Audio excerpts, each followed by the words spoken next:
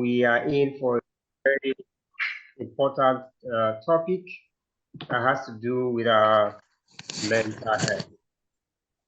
Without further delay, I'll have a rundown of our agenda for today, and with me co-anchoring for this wonderful monthly webinar is my namesake, Mr. Christian Ike, who is the VP Admin of LiHSEIF. I am Christian Eshemuge, the HRPM Health and Research Program Manager for LiHSEIF. I welcome all of you again to this maiden edition of our webinar, and please sit back as we intend to ensure that you're coming for this meeting today is worthwhile. We have two wonderful subject matter experts in the house. I will be introducing them in the course of this meeting. So having said that, let's continue. Now, we're looking at an open discussion on understanding and managing mental health disorder. We know that in our society, a lot of things has been happening due to work and where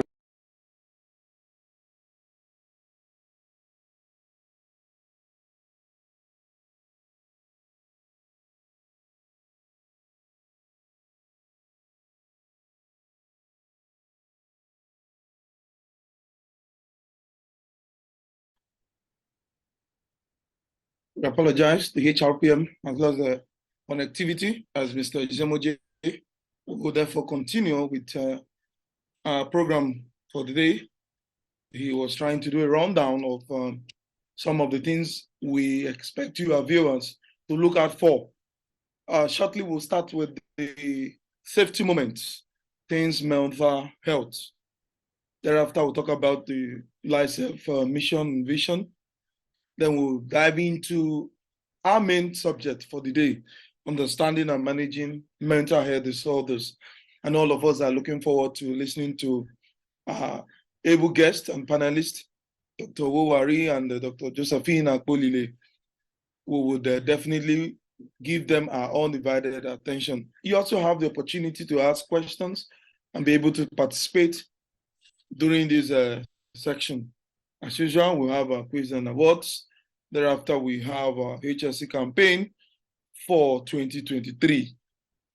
We'll wrap up with the closing remarks of the President and CEO of LiHSEIF. So without further ado, let's start with today's safety.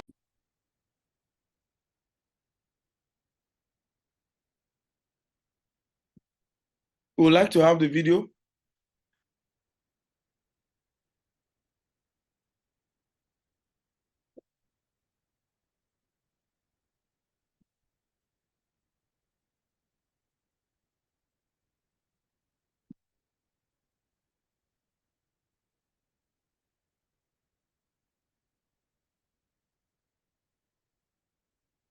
Let us bear with our technical team.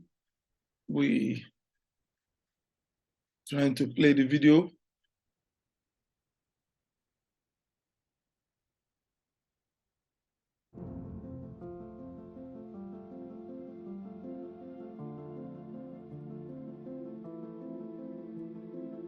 Mental illness can affect anyone.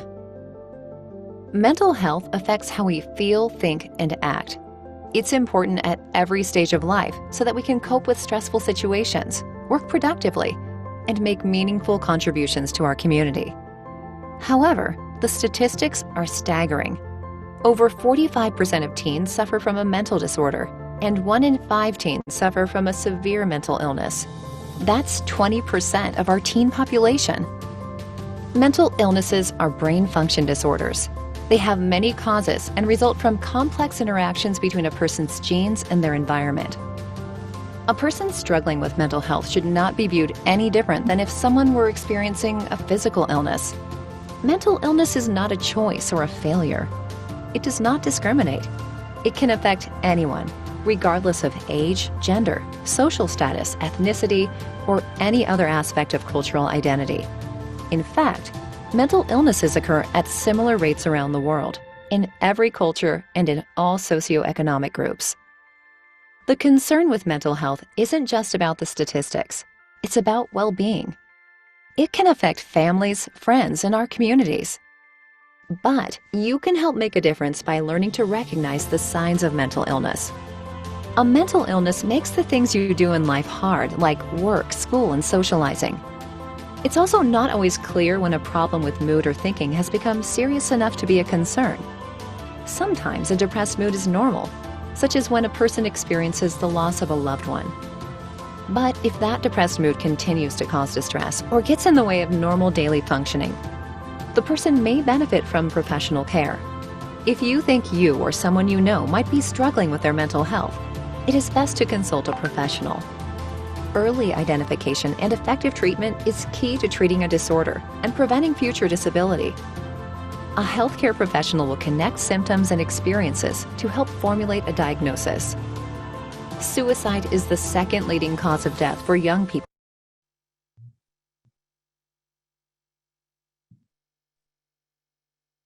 Wow. After that brief video, I know that we've gotten a glimpse into what we'll be discussing this afternoon. We have a quiz question. This is Rufin, after the safety moment video. A question or a quiz question is asked, and we want to share it briefly so that the audience can participate by answering. You could share your answers via the comment section of the Zoom app. The question, as you see on the screen, mental health affects how? A, B, C, D. So just choose any of the options: action, inactions, and interactions, work, productivity, and living, think, feel, and act, brain functions, and reflects. So we can choose the answer just in the comment section. The fastest answer takes the day. Thank you very much. Now, for the February special days, February 4th is the World Cancer Day, which happens to be today. So today, all over the world, various bodies are observing the World Cancer Day. And we also want to, follow suit to mark this very special day, especially as cancer is still ravaging, still taking lives. The battle against cancer is still on. And for those who celebrate the February 14th, we believe a day should be set aside for, I think, the Valentine's Day. February 14th is also another special day in the lives of some. Now, the mission and vision of LiHSEIF, our vision is to make leadership, health, safety and environment activities an indispensable necessity in human existence. Okay, we appreciate that we mute our devices. I'm hearing myself. Let's mute. If we are not talking, let's mute. I repeat that again. Our vision is to make leadership, health, safety, and environment activities as an indispensable necessity in human existence. Then our mission is to involve and engage highly enthusiastic, selfless, and professional personalities through methodological research approaches to effect all HLC and leadership set goals. Then our aims and objectives to connect with as many selfless and highly passionate individuals that see the need to leave a positive legacy in leadership, health, safety, and environment in our society. Of course, our slogan is leading for legacy. Wow. We have gotten to that part that we've been looking forward to. Our main topic for today, February 4, 2023, our discourse is on understanding and managing mental health disorders. Our guest for this webinar is Dr. Iwowari B. James and Dr. Josephine Akolile. We would want to first, let me start with introducing Dr. Iwowari, and please you will allow me to properly introduce him so that we will know, give an insight of the person Dr. Iwowari is. Now, Dr. Iwowari Barian James is a certified energy health practitioner. He studied energy psychology and energy medicine, and he is a promoter of energy therapy in Nigeria. Now, he supports people in pains because of, perhaps past ugly experiences which traumatizes them. He also has experience in handling people with anger, fear, anxiety, bad feelings, and all kinds of negative emotions, either from workplace, from their relationship, life in general, bad investment, divorce, domestic violence, rape, and so many other things that Dr. Iwowari supports. But he, as I said, he is a promoter of energy therapy. He's going to explain further what that involves when we get into our discourse for this afternoon or evening. But the other expert is Dr. Josephine Akolile. I hope I'm pronouncing it well, Dr. Josephine. Very well, sir. Okay, thank you very much. Dr. Josephine Akolile is I would say a psychiatrist, a medical psychiatrist, and she is practicing. They will give us in-depth analysis on some of the things that they do. So, welcome, Dr. Iwowari, Dr. Akolile. Please welcome to this forum. Thank you very much. Thank you very much. Thank you very much. We really appreciate you. I'm also here with Thank you. Mr. LiHSEIF Christian. Well, is my namesake. So we will be anchoring and asking these questions. Now, the questions might not cover all what you, the audience, might want to share. Ask these our experts. If you have questions after we have finished, you can definitely ask them. So let's start with the first question I have here, which I will be directing to Dr. Iwowari. What is mental health? What is mental health, sir? We've been talking mental health, what is it? Yes, thank you very much. The short video that we saw attempted to highlight what mental health is all about, but I want to add that mental health is important for us to talk about, to know that mental health includes emotional, psychological, and social well-being. That these could affect how we think, how we feel, and how we act. And when what we are doing does not form in line with expected social norms, then there will be suspicion that our mental health status is in question. It also has to affect with our or determines how we handle stress, relate to one another, and how we make choices, that's the decisions that affect us and affect people around us. So in summary, that could be considered to be our working understanding of what mental health is.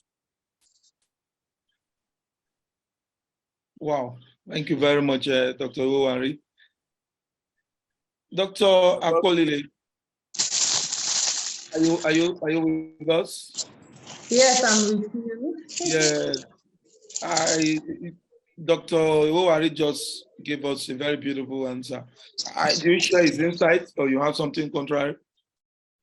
Okay, let me just add that In addition, okay, can you hear me? yes, yes. Okay, thank you for inviting me. I do not take it for granted. I appreciate, because this is what the world needs to know. If you understand the basics of mental health, then you are good to go. So WHO sat and they had a meeting and said, oh, how do we define this mental health? So by standard definition, mental health is the state of well-being where an individual can cope with normal stresses of life, take note of that, realizes his potential, cope with normal stresses of life, work productively, and can contribute meaningfully to his community. That's the standard definition of mental health. So if you look back at those 4 points now, if you cannot realize your potential, you can't cope with normal stresses of life, you can't work productively, most likely you will not be able to contribute to your community. So putting all that together, if there are changes in all that, you can actually, obviously you have issues with the way you think, which will reflect in the way you will behave, or you get. So when we look at it in that nutshell, that these are the things that cause the disorder. When you can't cope with normal stresses of life, most likely you can get depression. That is what I would just add to what Dr. Brian just said, that having that definition in mind will help us run this race at this topic today. Really appreciate you, Dr. Akolile. Very, very insightful. Thank you very much. Okay. Mr. Asaboje. Okay. Yes. Going by what we have been experiencing in our part of the world, looking at 2022 was a year I call a wonderful year. And so many issues. We had so many people plunged into the lagoon, so many people committing suicide, and the list is unending. What we want to ask, how many types of mental disorder do we have? And can you list and explain some that are common within our society that we may not have taken note of? I want Dr. James to start off with this question. Thank you. Yes, thank you. There are so many aspects to mental health. What you describe as different types of mental health. If you go by what we call the DSM-5, DSM is a diagnostic statistics manual put together by the American Psychiatric Association to guide in defining and working with mental health issues. The section 2 of it is called diagnostic criteria and codes for neurodevelopmental disorders. We have so many things like schizophrenia, spectrum, and the other psychotic disorders. You know, when people have gotten to that point where people now have to grab them, put them chain in their hand, you know, because they're very violent. We talk about bipolar and related disorders, depressive disorders. When people talk about depression, depression is not really a one word for one sickness. It is a word for a collection of challenges. You have anxiety disorders, obsessive compulsive and related disorders. You have trauma and stressor related disorders. Now, the research has shown that of all these disorders, trauma and stressor-related disorders are the major disorders that bedevil us in the society. But we give little or no attention to trauma, as it were, but we always talk about stress. And the stress, we also talk about it in a very common way, not giving it the real depth of analysis as to its consequences. So I will come back to that because that's where majority of my work, revolves in trauma and stress-related disorders resolution. Then we have dissociative disorders. We have also what we call somatic symptoms and related disorders. Feeding and eating disorder has been classified now as a mental health issue. Elimination disorders, when you don't go to toilet most of the time, when you have digestive problems, it could lead to disorder. Sleep-wake disorder is part of it. Sexual dysfunction can be a mental health issue. Gender dysphoria, people are moving from one gender now to the other, and that is a challenge. It's also said to be linked to a mental health issue. Disruptive, impulsive control and conduct disorders, behavioral challenges. Substance-related and addictive disorders. This is also one of the things that is bothering the society so much now. Neurocognitive disorders and personality disorders. There are quite a lot of them. If you look at the DSM-5, the details is quite much. So, but when we're talking about mental health disorder within a society like ours, we really need to be zeroing in on what are those areas that can give us, that we consider to be low-hanging fruit that we can address. And then in talking about that, anxiety, trauma, and stress-related disorders are the basic ones. Now, when we go further, we talk about what is trauma, what is stress, and what are the consequences, or what are the causes of trauma, and what are the consequences of trauma. When we know these things, we will be able to limit ourselves to those areas that are common in society, that we need help, and we begin to find the kind of help that will address those conditions. So many of these disorders are things that you need professionals to help you navigate through. But there are some that you also need to be able to do on your own. We call them self-help strategies for basic mental health challenges. And these self-help issues have now emerged. They weren't there before, so it's not part of contemporary academic documentation. They have just emerged in the last couple of 40 years, 35, 40 years ago. So they are now available, that what people can do to help themselves. But we'll come to that.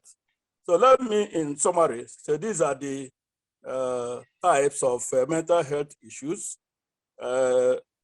And that is why it is important for somebody who thinks that there is a mental health issue that is involved in his life, needs to seek professionals in order to have the correct diagnosis and find the right attention that he or she requires. So let me stop there. Thank you very much. Thank you so much. This is overwhelming, and looking at our society, we know the president just signed in the mental health law, and another challenge area is awareness. So, Dr. Josephine, we want to also hear your views on these types of mental disorders. That looking at our nation with our peculiarities and all our challenges, how would you describe it in this part of the world? Okay, if using the international classification of disease, now we have ICD-11, that's chapter 11.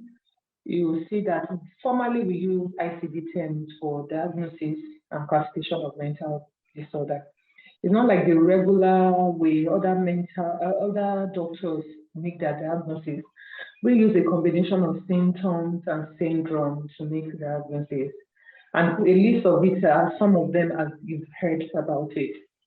So in making diagnosis of mental illness, these are things we put in place. And then we ask about past history. Okay? So in adding to what has been said earlier, so that it's a large topic we're discussing about, so but in pushing it forward is that you don't just come to see a psychiatrist because you already have a disorder. Usually what we see when people have become really psychotic, that's when the neighbor, the sibling, the family member come and bring them to the hospital. That's not the ideal. The moment you start having issues with your sleep, as simple as an insomnia, which is a form of sleep disorder, you should start asking questions. You start having issues with your mood, you should start asking, seek for help on time so that you can quickly get the right help at the right time. So it's not naming these big names, you have schizophrenia, you have depression, you have sleeping disorder. No. They are the names, but that's the awareness you are bringing out here. And I like the fact that you are doing that real good. It's for people to start getting to know, I'm down, what should I do? Where do I get the appropriate help? Who should help me out? So yes, it's important. We have the books that make the diagnosis. You need a specialist to help you make this diagnosis. But after that, what's next? It's how you will get back and return to your state of well-being. That's what is important, I think. So in knowing the names is important so that you can know what you are dealing with, but you need to have a way of sorting it out. And we move in a pendulum where we are in the normal, at a point we can move to the abnormal. So the aim is to remain at the midpoint where you don't keep moving in and out of well-being. I think that's what I'll just add to that. Thank you so much. Back to you, my namesake. Okay, thank you very much, Dr. Polile, Dr. Iwuwari. I'm going to direct this question to Dr. Polile. It's twofold.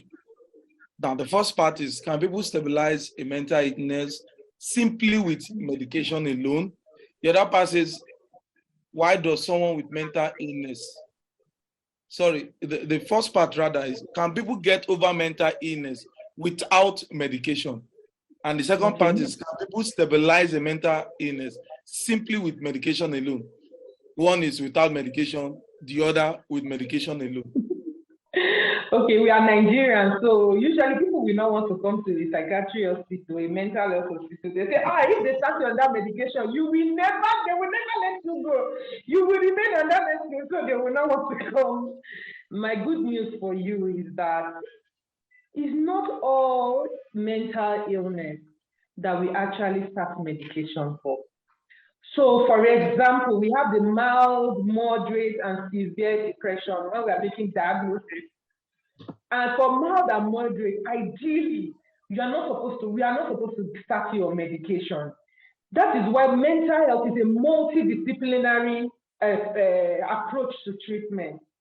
Do you get? We have social worker, we have psychologists, we have occupational therapists, we have speech therapists, we have psychologists, and other forms, and if we have to call in other medical practitioners to help you stabilize. So usually it's not about starting with medication, but obviously we don't come on time. So when you come, we can't help it. It has gotten to the severe point, and we have to start your medication. So that answers the first question. It's not all mental illness we start medication on. Psychotherapy can help a large extent. But when you come in and you say you are going to start on medication, this, I'm addressing the second question, is not necessary. You don't even have to be on medication alone. We send you to social workers if the cause of the illness is, for instance, let me use what is common with us happening in Nigeria now. We are all looking for cash, the new note. And some people are already stressed from their home. Every morning they come out of the house, there's no money. I am stressed, I don't have money. And then you get outside, somebody is talking to you, you are irritated.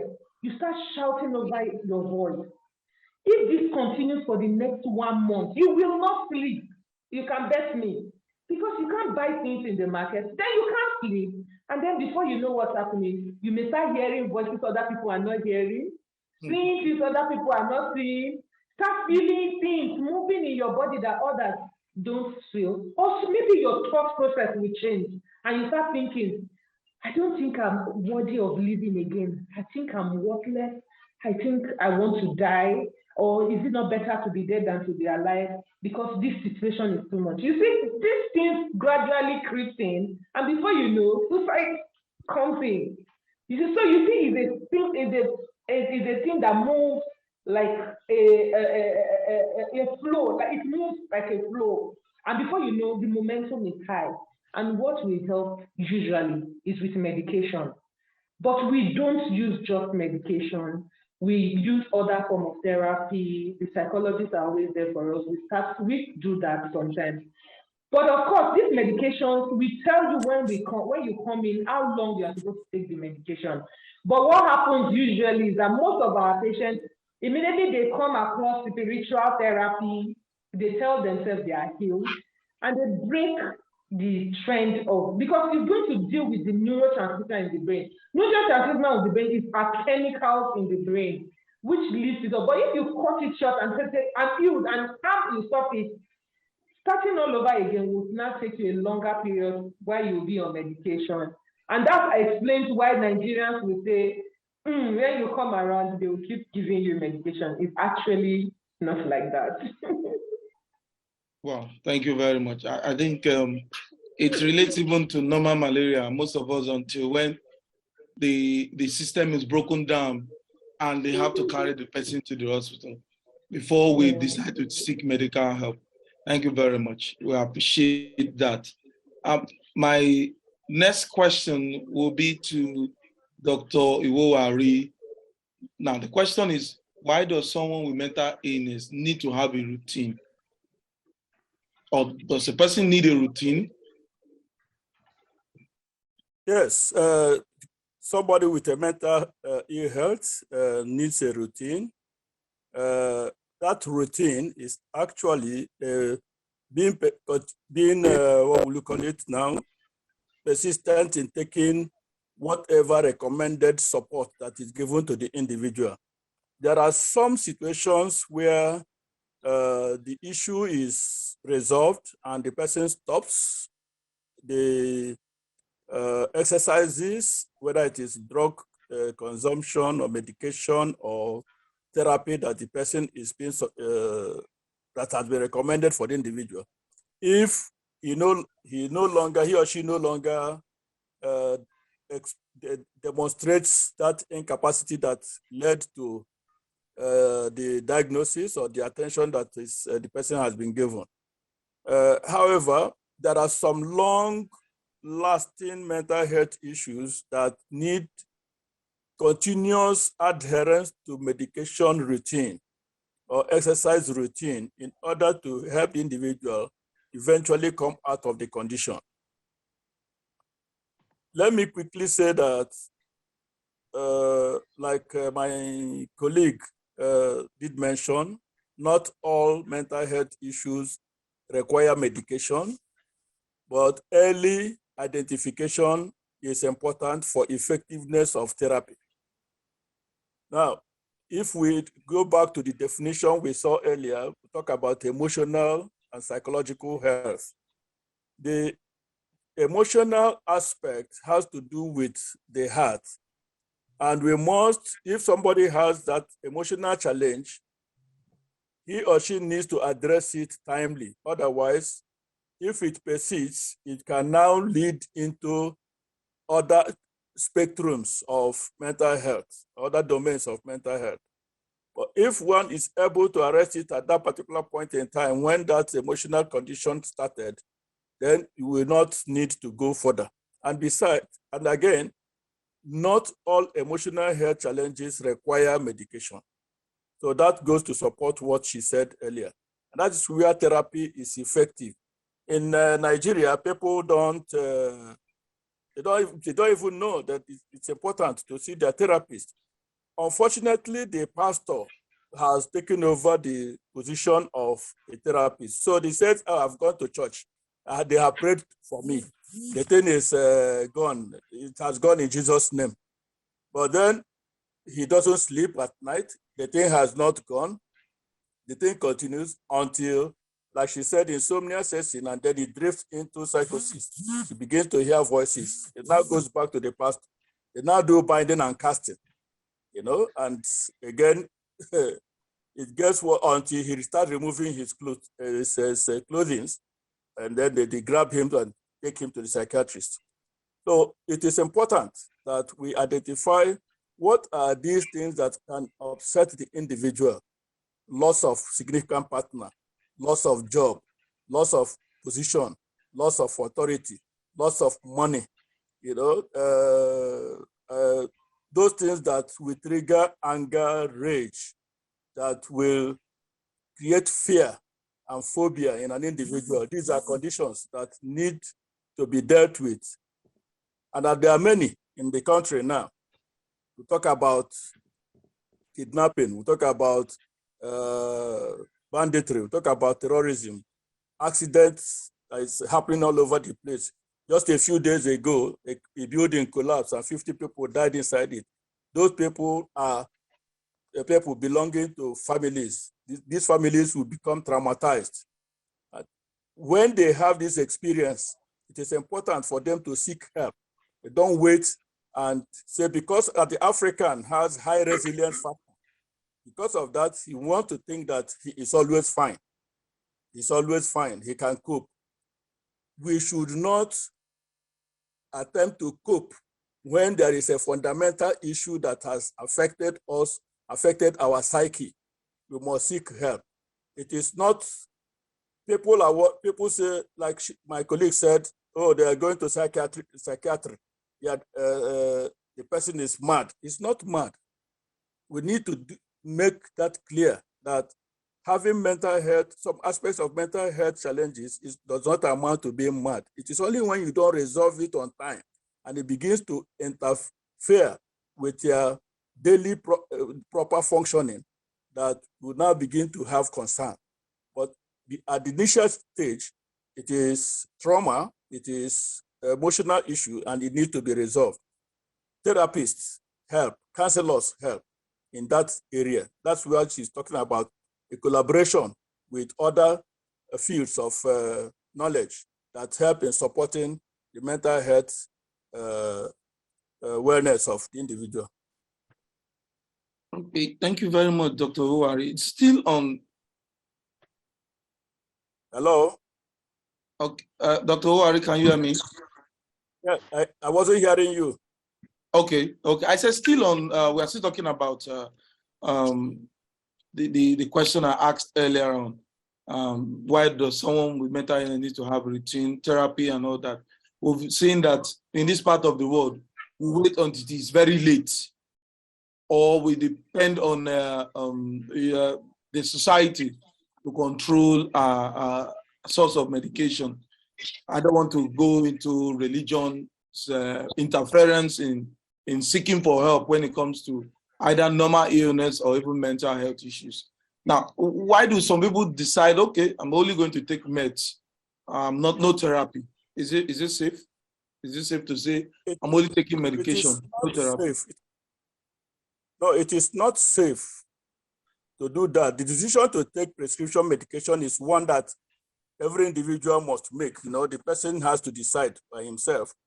But it may not be a comfortable decision because, first and foremost, he needs to know the various aspects of the mental health. He needs to know what are the causes, what caused his own particular condition. What caused it? Will it be okay to take medication alone? Or will it be okay to take medication and other things? Take, for example, if somebody is anxious and that anxiety is driving other factors. What is the reason for that anxiety?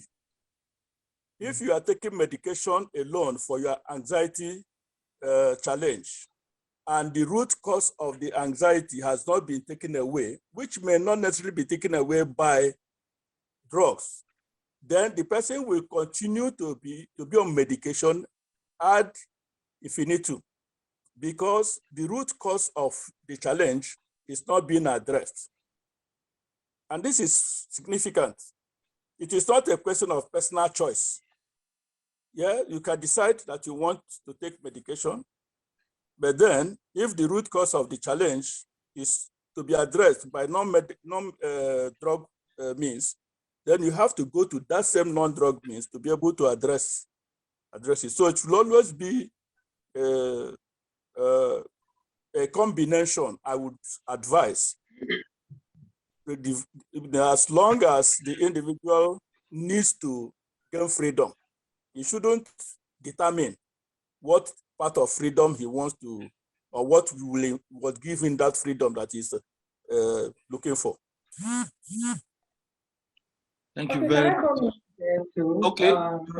When we talk about routine, so we should know what we like to do. You know, a routine is very important because that makes your personality, that makes you who you are. For example, people wake up in the morning and decide to jog.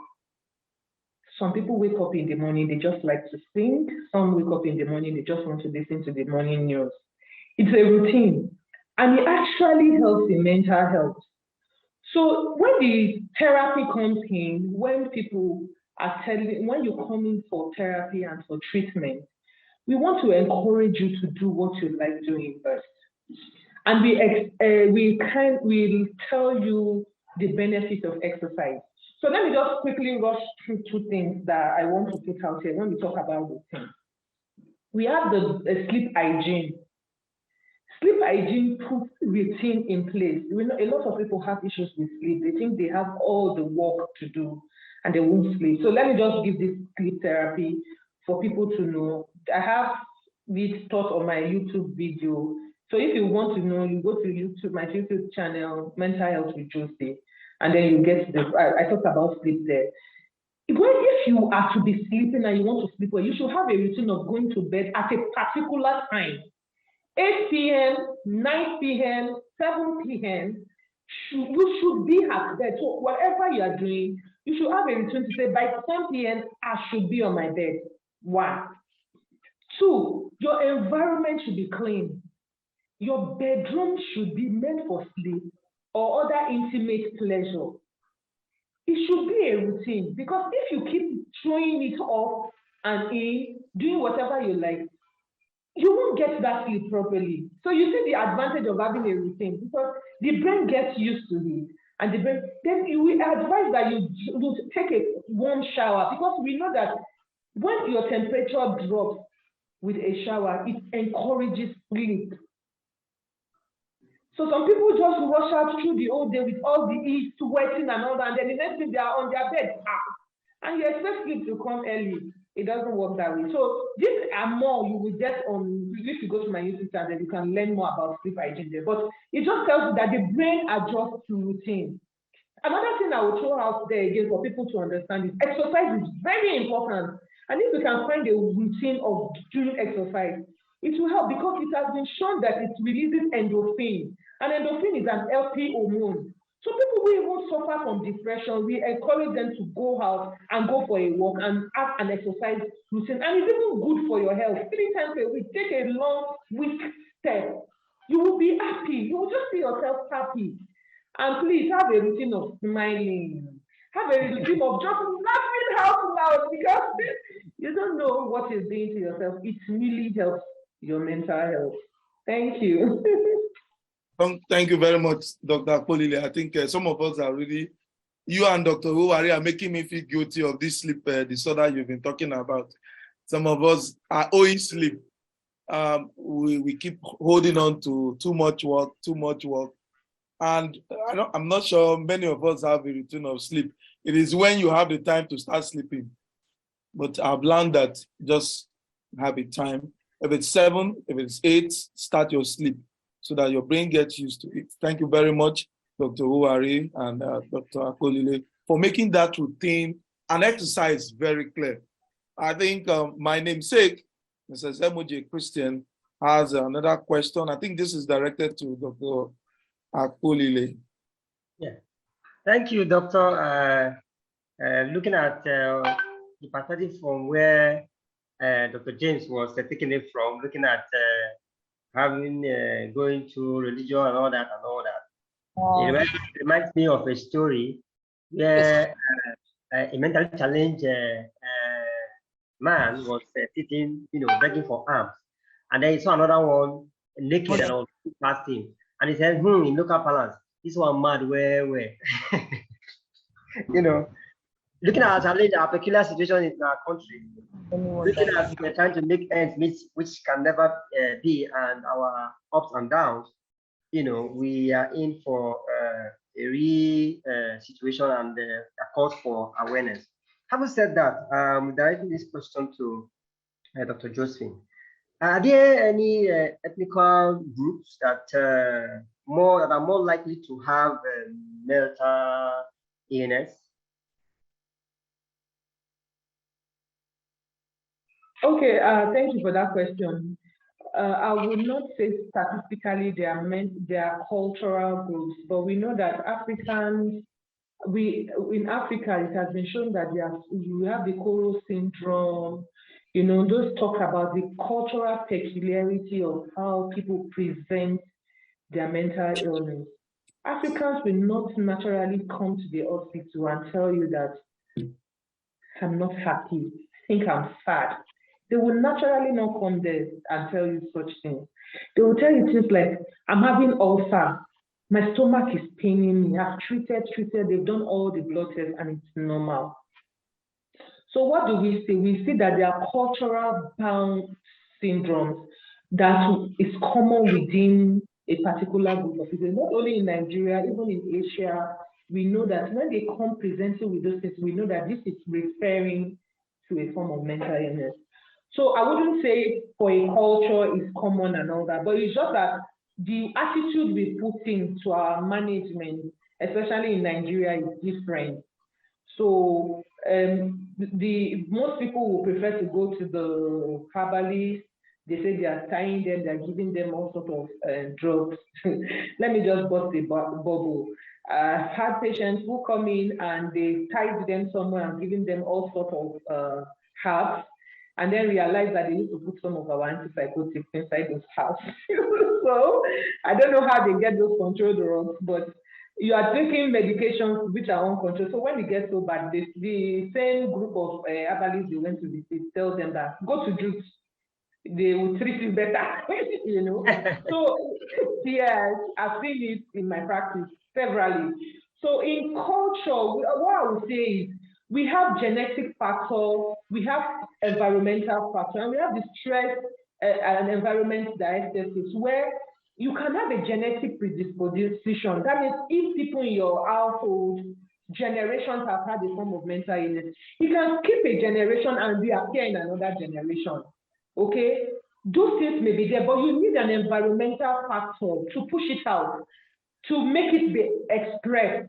So for example, now maybe somebody who had a predisposition to a form of mental illness and then got pregnant and after delivery lost the child. The chances that because there's a genetic predisposition and then there's an environmental factor now that causes the stress of losing a child is enough to put that person and destabilize that person and then present with that illness. And then people will start saying, don't marry in that family, or they have that, they say it's in Yoruba, it's on Bomo or something like that. No. So we should not stereotype people and say, these people, this culture, no. It can be genetic, but there's need for environmental play at it. And of course, we have the twin studies which are shown that if a first twin, an identical twin, 45% of chance if one has schizophrenia, the other one will likely have schizophrenia. So I think that's my approach to that question. Okay. You said something why you were tackling when you started initially talking about people usually don't like visiting the hospital and all that. Could that be related to the UN's report that says that a lot of people fees on less than $1 per day? Could that also be a contributing factor? Sorry, I didn't get what you said. That UN said Yeah, what? when you mentioned that usually people usually don't like visiting the hospital to get help, and Okay. looking at the UN reports that says most Nigerians feed on less than $1 per day, could that also be a contributing factor? Yes, poverty is a risk factor for mental illness. Let me just make the test. Thank you so much. Back to you, my colleague. I think the audience are itching to ask their questions. Let it not be that myself and my namesake are holding briefs, are holding on to the two doctors. Yes, we're holding on to the two doctors. So please, if you have questions, you can just unmute yourself or you raise your hand with the app and ask able doctors questions. Dr. Owari is here. Okay, Dr. Owari, you want to say something before the questions come? Yes, quickly on this ethnic and racial group Okay. is more likely to have mental illness. If you look at the causes of mental illness from the point of view of behavioral and poverty, you can infer that yes, there are some groups that are more predisposed to mental health challenge than the others. Behavior. Sometime in 2008, I did a workshop on anger management. And somebody said, can you deal with anger? Can you resolve anger? And I said, yes, we can resolve because it is a learned behavior. But then he told me that in some communities, I have the penchant for impatience and anger. So such communities where they have that penchant, without conscious effort to begin the journey of reversing that behavior, the tendency will be for that community to have more people needing mental health support than those communities that are more calmer and more relaxed when it comes to interaction with themselves. So it is important to identify that, for people to look inward and say, what are the things that makes us predisposed to mental health challenges, and they're taking steps to begin to work on them. Poverty, somebody who feels very well, who is happy with himself, is not likely to manifest the level of mental health challenge that a poor person who is always going hungry, who has maybe eats once a day. Because we also know that hunger creates some physiological challenges in the body or causes of physiological responses in the body that affect the chemical imbalance in the brain. And that is one of the reasons why efforts are being made to make sure that those who are poor have a means of coming up. They talk about empowerment, talk about support, they give grants, they give scholarship for them, for people to move up the ladder. Those helping supports help to reduce the incidence of mental health manifestation. I just want to add that. Thank you very much for that addition. Really appreciate that. So questions, please. Sorry that myself and Christian have taken all the almost major questions. If you have a question, please you can raise your hand with the app and you will be asked to. Any questions? Any questions in the comment section? Can we check? I think Lo Woye Olami Goke has a question. And you just kindly unmute you and ask your question quickly. Lo Woye, can you just unmute and ask your question? Okay, can you hear me? Yes, please. Very well. My question is that can we classify marriage disorder as mental health? Come again. In marriage, can we classify the problem in marriage under mental health disorder? Because I have a friend. Okay. I have a friend, and let me just read a little part of his written out to me while we are at work. It's a good day to you, all my children. It's a pity this is the starting of this year and your mother chose to scatter the peaceful life that we managed to build living. Now, he said, can you all remember when your mother washed my clothes last? Can you all remember when your mother dressed my room last? Can any one of you remember how she has been taking care of me in a harsh way? Now, let me go to another important part. He said, my lovely children, I will continue to update you all more for all I'll be passing through.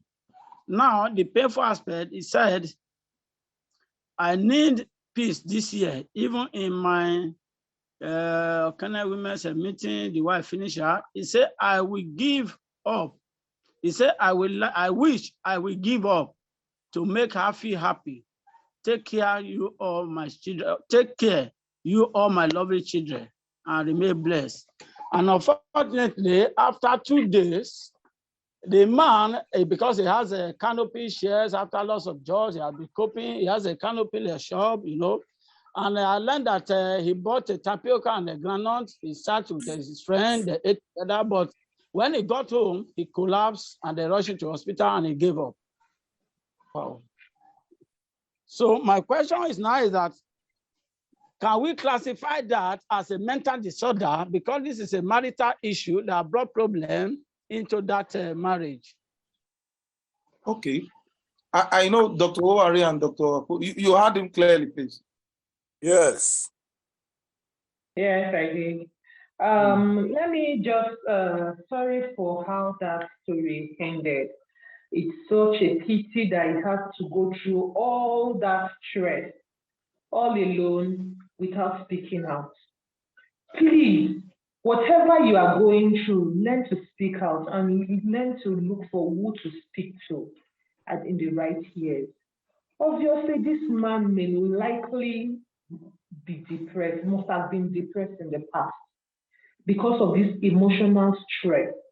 We cannot say that marriage is a predisposing factor to mental illness, but we know that marriage can be stressful for people because of the new responsibility and the change of role that people go through.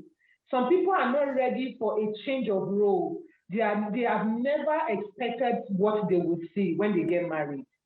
But it is not wrong to have a change of behavior, learn the new act, and cope. Like I said, it's not coping with normal stresses of life.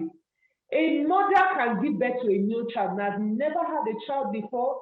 They have to learn to cope with bearing and caring for another newborn. So we can't say it's the marriage that is the cause of mental illness, but we know the stress therein and the marital dysfunction is a risk factor for mental illness. So I assume that there has been marital dysfunction in this home and had lingered for years without seeking for help, without seeking, seeking for appropriate help or seeking for medical attention, which would have sorted us out. The woman now probably is alive and doing well. Is it possible that this woman actually even has a mental illness that the man does not understand and related it to her behavior? Meanwhile, seeking for help for her would have sorted out this issue. Or could it be that it's the man that actually has an issue, an health issue that needed to be addressed, and because it was not addressed, had led to this? So marriage is not the cause of the issue, is not a classification of mental illness, but stresses within, marital dysfunction. We have children because they are part of the marriage, have become mentally deranged because of the activity within the home. Some children become mentally ill because their father married in another wife, or because of the polygamous setting that is not appropriately managed, the child will break down because of the stress. So these are things that can be sorted out. If you come in for therapy and we know this is the problem, we look for social workers. We are working, we have them, we send them to the homes.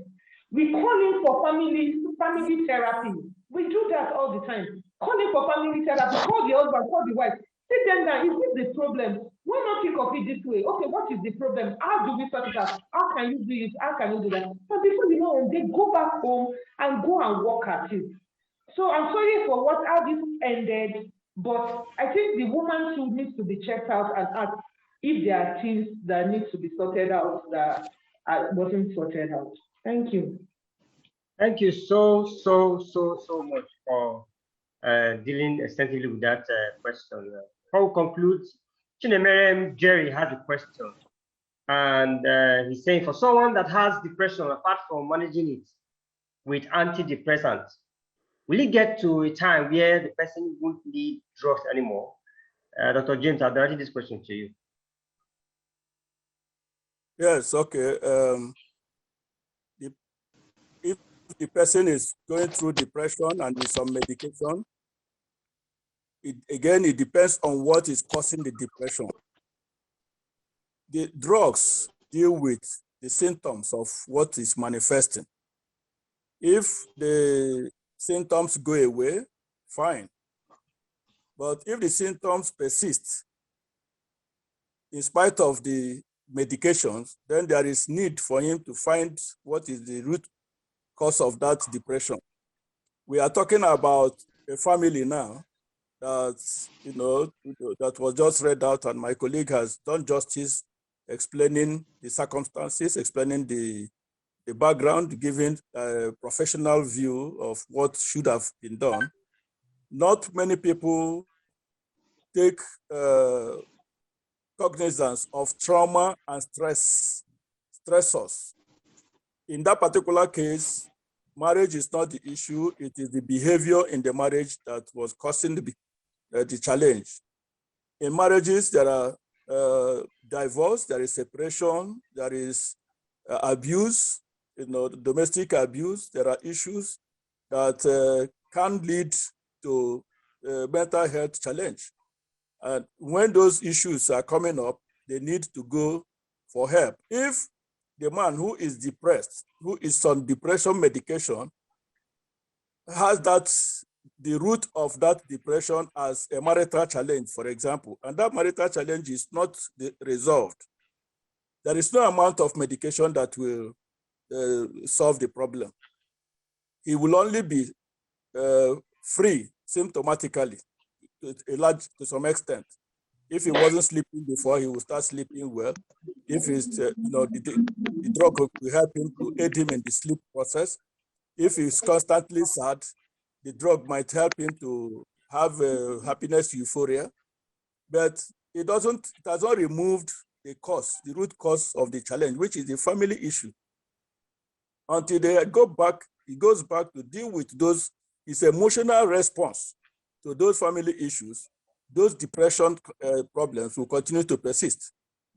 Now, that brings me to what I give to my students as a definition of stress, their stress or the trauma they feel.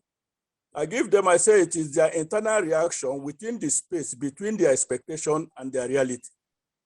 I want to take that again. Their internal reaction within the space between their expectation and their reality. Now, if within that space between expectation and reality, a lot of people do a lot of funny things, up to the extent of saying, I can't cope no more. And they will start contemplating suicide. But within that same space, if you meet the right people to help you, you can resolve your internal reactions. And then the next question that will come to your mind will be, and so what? This situation is happening, and so what? If you get to that level of maturity where you say, and so what? That means there is a neutral response, zero response from you. within that particular space. So your reality is different from your expectation. Expectation is not matching your reality, and so what? So life goes on. But coming to that position of and so what takes a lot of work.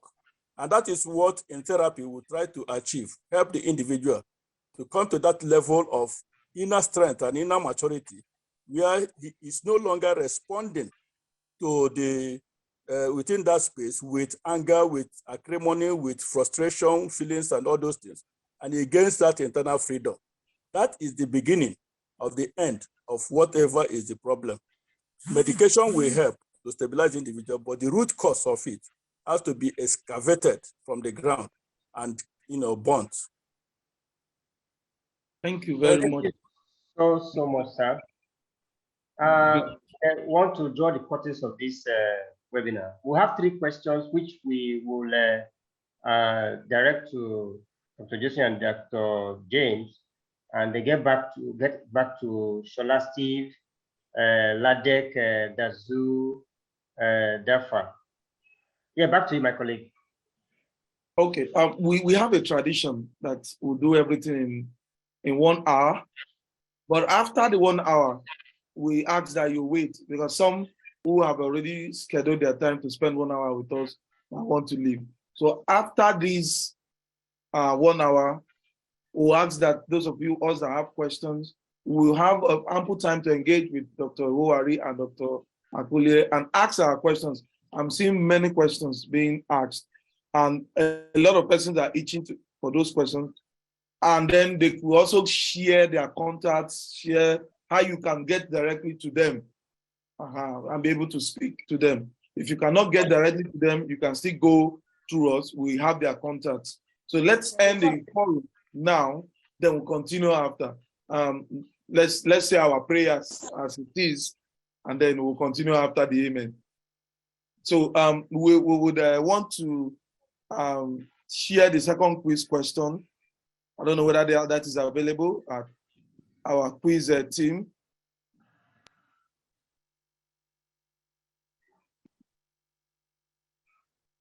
Okay, I hope we can see the question. Mention at least 6 mental health disorders discussed today. Dr. Owari touched on that extensively. So out of those things that he spoke about, just pick it and then supply the answer on the Zoom chat, on the chat part of our application. Okay, I think we have seen the question. We'll be able to. Okay. While we wait for the announcement for the quiz winners, we want to talk about the LiHSEIF campaign for this quarter, that is January to March 2021. We're asking that we reach out to someone. We should show concern for someone who is struggling. And then we should speak out 3 things. Okay, it's been shared. Reach out to someone. You never can tell. The hassles, we have so much thing. Some wake up very early, 3 a.m., 4 a.m., queue for fuel. After they are finished queuing, they go to the bank to queue for notes. Come back home, put on generator that will make noise. All these. Reach out to someone. Show concern for someone who is struggling. We'll just talk about mental health. And Mr. Luwale mentioned something that really touched us. We're still going to talk about that after the normal forum. When someone reaches out to us about a problem, let's